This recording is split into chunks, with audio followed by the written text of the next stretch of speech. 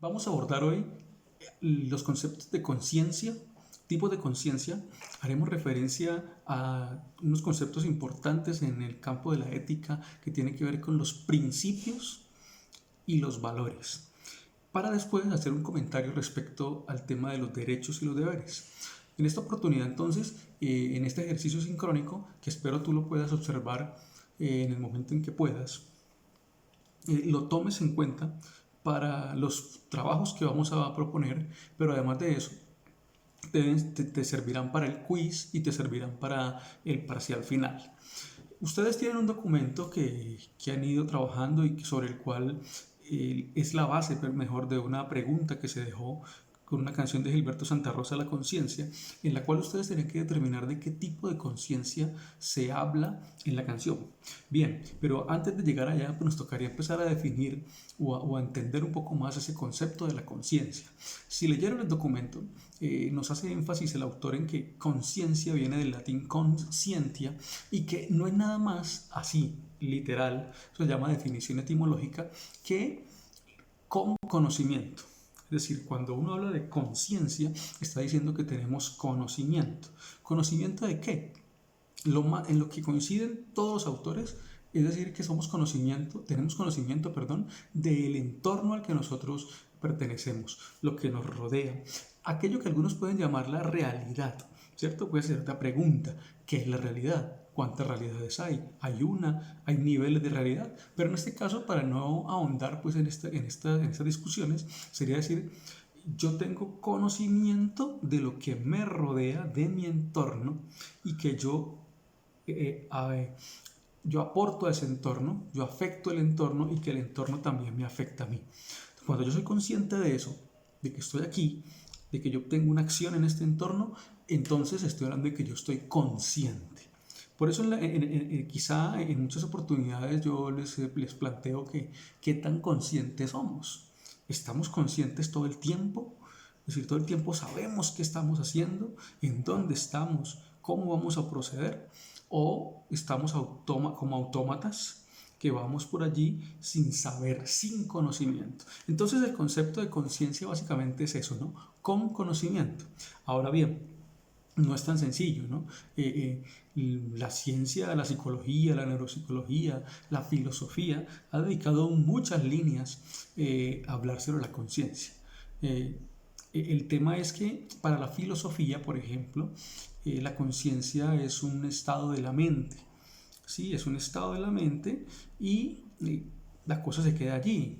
Pero para la neurociencia, por ejemplo, la neuropsicología, para que haya conciencia, tienen que haber unas condiciones fisiológicas. Es decir, tiene que haber unas conexiones neuronales que permitan ese conocimiento. Entonces el terreno se lleva a lo fisiológico. ¿Sí? Entonces ahí ya no es tan fácil, porque según eso entonces podríamos decir que tienen que darse las condiciones fisiológicas necesarias para yo tener conciencia. ¿Ok? Y si me falla algo ahí, sencillamente me pueden decir que yo soy un inconsciente, no tengo conciencia. Ejemplo, ante algunos crímenes o delitos atroces, algunos abogados intentan hacer valer la tesis de que su defendido actuó sin conciencia y que por lo tanto no se le pueden imputar cargos, porque es una persona que tiene problemas en el sentido de que no discierne entre lo bueno y lo malo. Es decir, tiene un problema, tiene que demostrarlo, ¿no? Neuronal, de conexiones, en el que le impide ser consciente. Y entonces muchos imputados terminan siendo libres o yendo a unos sitios que no es la cárcel, con un tratamiento médico. Pero entonces aquí no vamos a detener pues tanto en eso. Me interesa que reforcemos un poquito ese concepto y cómo la conciencia entonces nos permite, eso tenemos claro, nos permite saber que hacemos parte de un entorno y que estamos en ese entorno y lo podemos modificar para nosotros los humanos, ¿cierto? Aquí viene entonces aquello de los tipos de conciencia que tuvieron que haber leído ustedes. Esa conciencia sensitiva o perceptiva, esa conciencia moral, esa conciencia intelectual, y hay otras listas dependiendo de los autores. Yo he querido que solo miremos esas tres a fin del ejercicio que estamos planteando. Entonces, la conciencia sensitiva, de acuerdo a lo que está en el texto, la tenemos todos los vertebrados, ¿sí? Todos los vertebrados tenemos una conciencia sensitiva, es decir, una conciencia producto de las sensaciones que tenemos nosotros, de ese interactuar con el entorno. Los vertebrados que poseen un cerebro, y ese cerebro que en primer momento empezó hace más o menos, según el texto, unos 500 millones de años, y se habla de la explosión del Cámbrico. El Cámbrico es un periodo en la paleontología, y entonces ese Cámbrico va a ser el periodo en el cual aparece una cantidad de vida, y en ese momento van a aparecer una cantidad de seres vivos, invertebrados y vertebrados. Entre los vertebrados va a aparecer un cerebro que se va a ir volviendo más complejo, y ese cerebro va a permitir que esos individuos invertebrados vayan adquiriendo, ojo, un tipo de conciencia, es decir, de saber que tienen un entorno en el que están actuando, en el que se están moviendo. Los invertebrados sabemos que entre ellos estamos nosotros, los vertebrados, perdón, entre ellos estamos nosotros, ¿cierto? Ahora nosotros aparecemos un momento más adelante. Hasta ahora con el mayor desarrollo cerebral, ¿cierto? Pero en los invertebrados, en algunos invertebrados también se puede hablar de un tipo de conciencia sensitiva. Se habla de los artrópodos, y aquí hablamos entonces de todos los que tienen caparazones y exoesqueletos, ¿cierto? Y de los cefalópodos, como el pulpo, el calamar, el nautilius, que tienen unos cerebros desarrollados. Entonces, ahí hay conciencia sensitiva. Entonces uno puede decir que una vaca percibe su entorno, ¿sí? Percibe su entorno. Por eso cuando sale al potrero, a lo mejor puede volver otra vez a su corral, ¿cierto? Porque hay una conciencia sensitiva. Ojo, el siguiente nivel es la conciencia moral. Esa conciencia moral, hasta ahora, nosotros hemos descubierto que, y la percibimos los seres humanos, no la vaca, no el marranito, ¿cierto? No el pescadito. Y la conciencia moral nos permite, aparte de nosotros saber que pertenecemos a un entorno, la conciencia moral es la que nos permite juzgar, es la que nos permite hacer un análisis de las situaciones, ¿sí? Es la que nos permite, como hablábamos cuando hablamos con el tema de la moral, eso de decir esto es bueno, esto es malo, por qué es malo, por qué es bueno. Eso es gracias a ese tipo de conciencia que no la tienen los otros seres vivos, ¿sí? O sea, sí, imagínense ustedes si una gallina tuviera conciencia moral. Ya no habrían a la vista, ¿sí o no? Es decir, hace rato se hubieran dado cuenta que si las cogemos, las criamos y las matamos para comernos en un sancocho, ¿sí? Ya se hubieran ido. Los marranitos también ya se hubieran volado hace rato. Claro, porque serían conscientes de que hay acciones que los perjudican a ellos. Pero no, el marrano se queda allí, ve cómo sacan al otro y sigue comiendo. Podrá ver que están matando al otro allí y no pasa nada, porque pues sencillamente no hay ese tipo de conciencia. Los seres humanos tenemos esa conciencia moral que nos permite, ojo, decir o nos permite conducirnos, o por lo menos nos está diciendo, ojo, que aquí se debe actuar de esta manera, aquí se debe actuar de esta.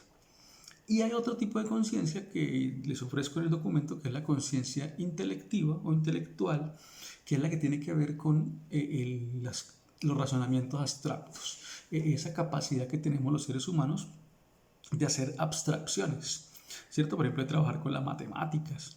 que es algo abstracto. Los números no son concretos, ¿cierto? Los números son abstractos. Es ese que nos permite ir al campo espiritual y tratar de entender ciertos procesos que no son de la naturaleza, sino que están por encima de la naturaleza. Y como están por encima de la naturaleza, entonces se llama metafísica. ¿Sí? Fisis es naturaleza. Cuando uno dice física, está diciendo naturaleza. Meta, por encima, física, por encima de la naturaleza. Eso se logra a través de la conciencia intelectiva, de la cual también tenemos razón que solo los seres humanos hasta ahora podemos acercarnos ahí y hacer uso de ella.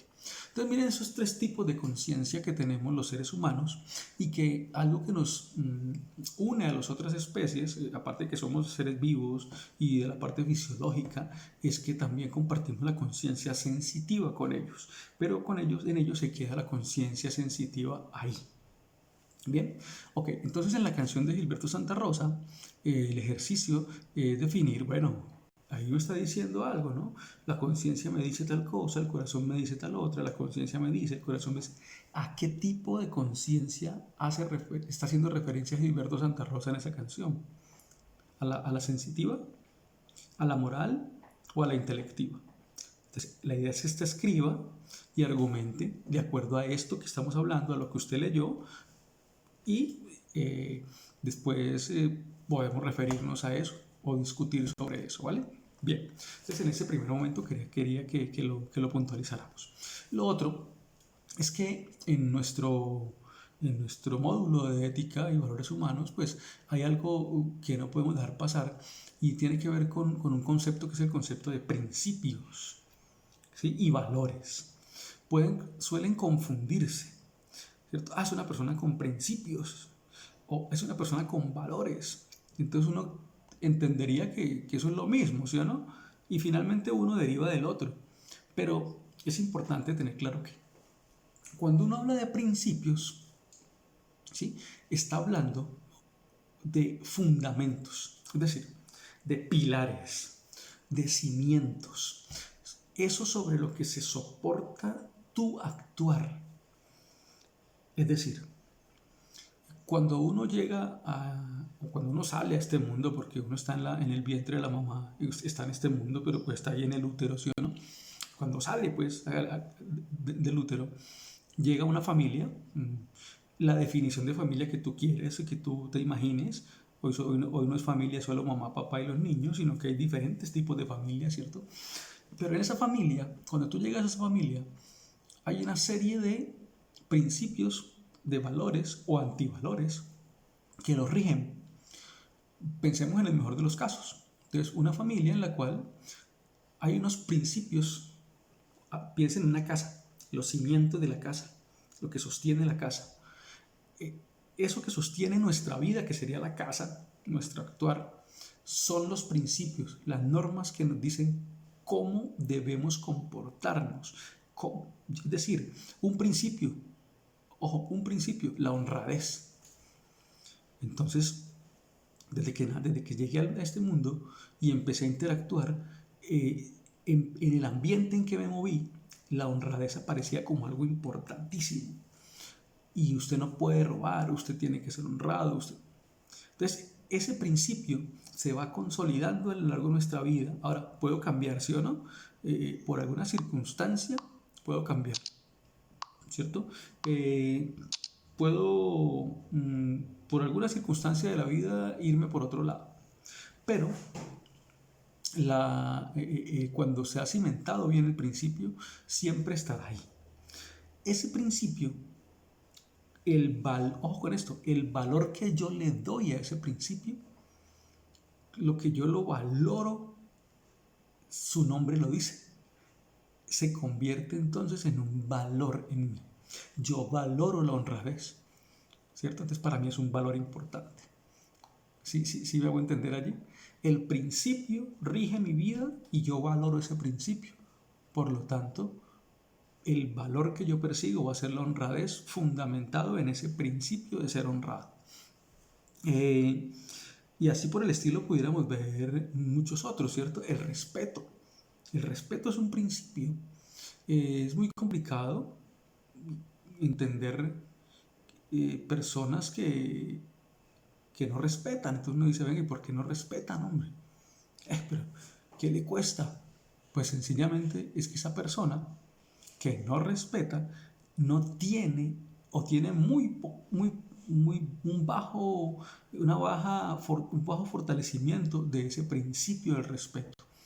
Y entonces el respeto no significa, porque ¿para qué? Pues si yo soy yo y a mí me interesa simplemente lo que me pase a mí.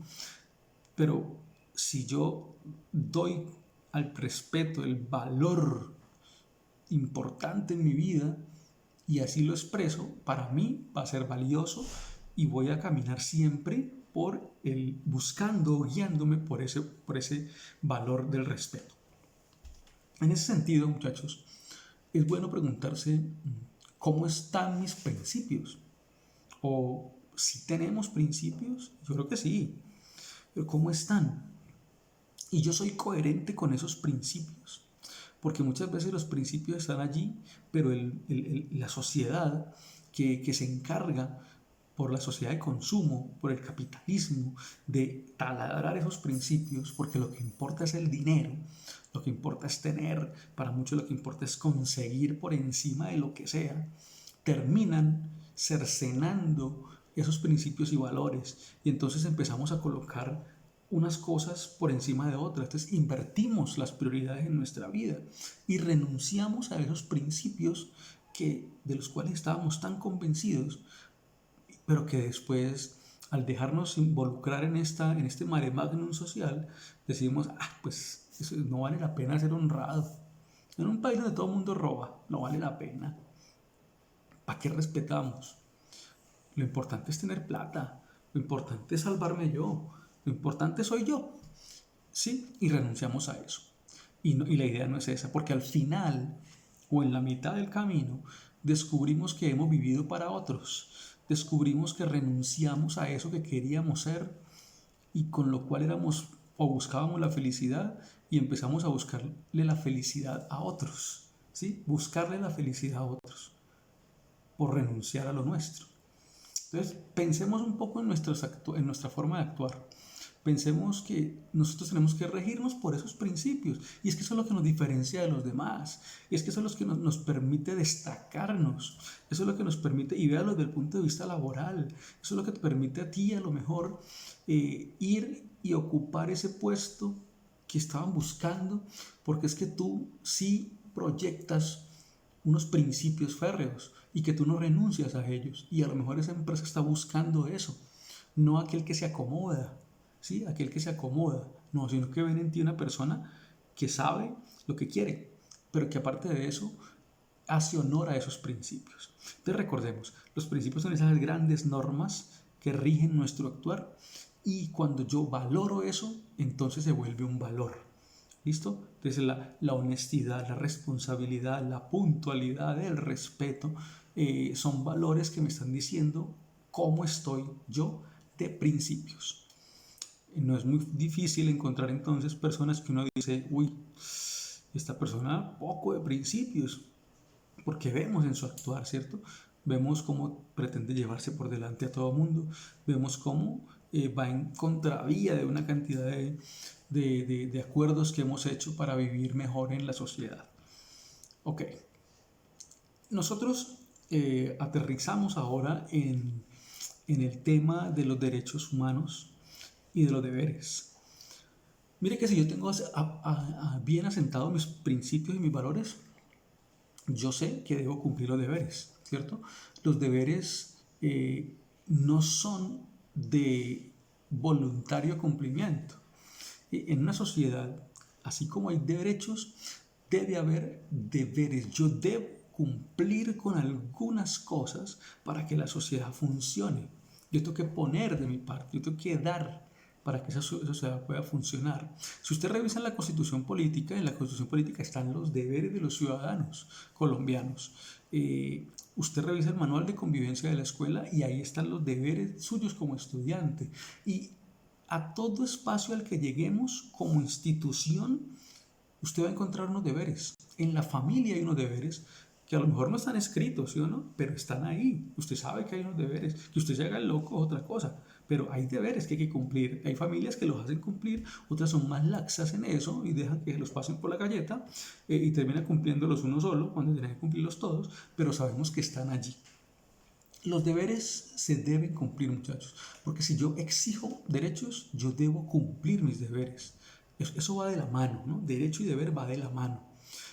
No se puede concebir que yo reclame y exija derechos, que es mi derecho, pero cuando me toque cumplir a mí, yo saque la excusa de que, no, pues es que hoy no quería o yo no sabía. Recuerden que la norma, así yo no la conozca, el no conocerla no me exime a mí de responder, porque las normas son públicas. Es decir, usted no puede alegar que no conocía un deber suyo como estudiante. Yo no sabía porque a mí nadie me dijo. Eso no es válido ante la ley porque el manual de convivencia está en la página de la escuela. Es público, cualquiera puede verlo. ¿Sí? Y usted tiene la obligación, yo tengo la obligación de conocer los deberes. Entonces, ante el derecho somos muy expertos algunos en reclamar, pero ante el deber nos escondemos. Entonces, eso debe ser una balanza, ¿no? Debe ser una balanza. Yo tengo el deber de hacer las cosas como ciudadano y como estudiante y como hijo y como trabajador. Mis deberes están allí. Yo tengo la obligación de hacer eso, pero también tengo el derecho de pedir cosas. Ahora, no cosas imposibles, ¿cierto? No, lo que está constituido como un derecho. ¿Y qué es un derecho? Un derecho se dice legalmente que es un atributo de dignidad de todas las personas. Atributos de dignidad significan que por el hecho de yo ser un ser humano, eso es una dignidad. Me explico. Pensemos en los reyes, la monarquía. Tener el título de rey es una dignidad. ¿Ya? Tener el título de presidente, por ejemplo, es una dignidad. Por eso a veces dicen el dignatario. Es decir, esa persona que ostenta ese título. Eso es una dignidad. Ser humano es una dignidad. ¿Ok? Entonces, el hecho de nosotros ser humanos ya nos hace dignos. Y digno significa que nosotros tenemos derechos, que nosotros no somos cualquier escoria. No, que yo soy un individuo que tiene derecho y porque soy humano. Hey, cualquier ser humano es digno. Que yo quiera renunciar a mi dignidad es otro tema, pero yo soy digno por el hecho de ser humano. Entonces, un ser humano significa eso, ser digno. Un derecho es un atributo de dignidad de todos los seres humanos y de algunos grupos humanos. Y esos derechos han tenido todo un recorrido para poder que hoy los tengamos. ¿Sí? Les voy a dejar un video que espero que lo vean para que ustedes entiendan un poco cómo ha sido todo el proceso de los derechos humanos y cómo se ha llegado a que hoy podamos decir que yo tengo derecho a la vida, a la salud, a la educación, al trabajo, que no ha sido un trabajo fácil, ¿no? Ha sido una lucha de siglos, de muchas personas, de muerte, de sangre, de tortura, para que hoy nosotros podamos decir que tenemos derechos. Imagínense ustedes, muchachos, que hoy en Colombia, en América Latina, todavía estamos hablando de violaciones a los derechos humanos, que no se nos reconocen algunos derechos, que nos los vulneran desde la delincuencia, desde las bandas organizadas, desde el mismo Estado, nos están violando nuestros derechos. Ahora imagínense ustedes hace 200 o 300 años, o cuando el término ni existía. Entonces ha habido todo un recorrido y por eso es tan importante que nosotros hoy defendamos los derechos y luchemos por ellos. Y que ante cualquier asomo de violación o vulneración, vulnerar significa hacerlo débil, ¿cierto? Violar significa ya de tajo, es decir, acabar con el derecho. Y ante cualquier asomo de vulneración o violación de derechos, nosotros tenemos que denunciar. Porque es que ha habido mucho tiempo para que esto esté. Y si nosotros nos quedamos callados y los perdemos, Por ejemplo, en Colombia hay libertad de expresión. Muchos dirán, sí, claro, yo puedo decir lo que sea. Pues la libertad de expresión en Colombia es un poquito, vea, cortada. Porque si tú dices cosas que molestan a gente poderosa, te sacan del camino. ¿Cómo te sacan? O matándote o difamándote, ¿cierto? Entonces no hay libertad de expresión, no es efectiva, ¿cierto? Este tema de los derechos humanos es un tema que nos va a permitir conocer un poco más cuál es la situación de los derechos, por lo menos fundamentales, en Colombia. Entonces van a ver ese video que les voy a dejar para que ustedes tengan en cuenta ese recorrido que nos va a servir también para que ustedes puedan responder alguna de las preguntas que tengamos en el quiz o en el parcial final. Entonces, chicos, esos derechos que tenemos todos, que son de primera, segunda y tercera generación, son la bandera, son el estandarte que va por delante de las acciones de los grupos humanos. Y como les decía ahora, en Colombia han estado muy vulnerados. Es importante entender que los derechos, hay un trabajo, el trabajo de consulta que tenemos que hacer, el primer trabajo de consulta. En ese trabajo les pido que ustedes escojan 3 derechos fundamentales, ¿sí? En la Constitución los derechos fundamentales están entre el artículo 11 y el 41. Todos esos que están ahí son derechos fundamentales. Entonces ustedes lo van a leer, van a mirarlos, pero van a escoger solo 3. ¿Qué van a hacer con esos 3 derechos? Igual eso va a quedar ahí en el classroom, ¿no? El taller. Con esos 3 derechos, ¿qué van a hacer? Entonces, usted busca, primero los escogen, y después de escoger esos 3, van a buscar en internet noticias donde se evidencie la violación o vulneración de cada uno de esos 3 derechos, no de todo, no, de los 3 que usted escogió. Entonces, supongamos que yo escogí el derecho a la vida, el derecho a la intimidad, ¿cierto? A la intimidad. Ejemplo, si yo estoy en mi casa y yo decido empezar a grabarme con el celular desnudo y acariciándome, y después alguien llega y coge el celular, ve eso y lo publica por ahí en una página de internet, o se lo muestra a mi esposa o se lo muestra a los amigos, y a él le parece un chiste, pues eso no es un chiste. Eso es una vulneración y violación, al derecho de mi intimidad personal. ¿Sí ves? Entonces, intimidad personal y educación. Entonces escogí esos 3. Entonces ya los escogí, ¿ahora qué voy a hacer? Me voy a ir a internet y voy a buscar artículos, noticias, la noticia, donde se evidencia en Colombia, ojo, en Colombia, no en Brasil, no, porque en algunos trabajos me han colocado que en Japón. No, vamos a Colombia. Entonces, donde se evidencia en un artículo de prensa la violación o vulneración del derecho a la vida, otro sobre la violación al derecho a la intimidad y otro sobre la vulneración al derecho a la educación, ¿cierto? Y después voy a mirar cómo están esos derechos en Colombia hoy, cómo los percibimos, cómo está el derecho a la vida hoy en Colombia, ¿sí? ¿Cómo está el derecho a la intimidad hoy en Colombia? ¿Cómo está el derecho a la educación hoy en Colombia? Y después miramos cuáles son las posibles causas por las que se vulnere ese derecho, ¿sí? Por las que se vulnera. Y después, ¿qué consecuencias trae la vulneración de ese derecho?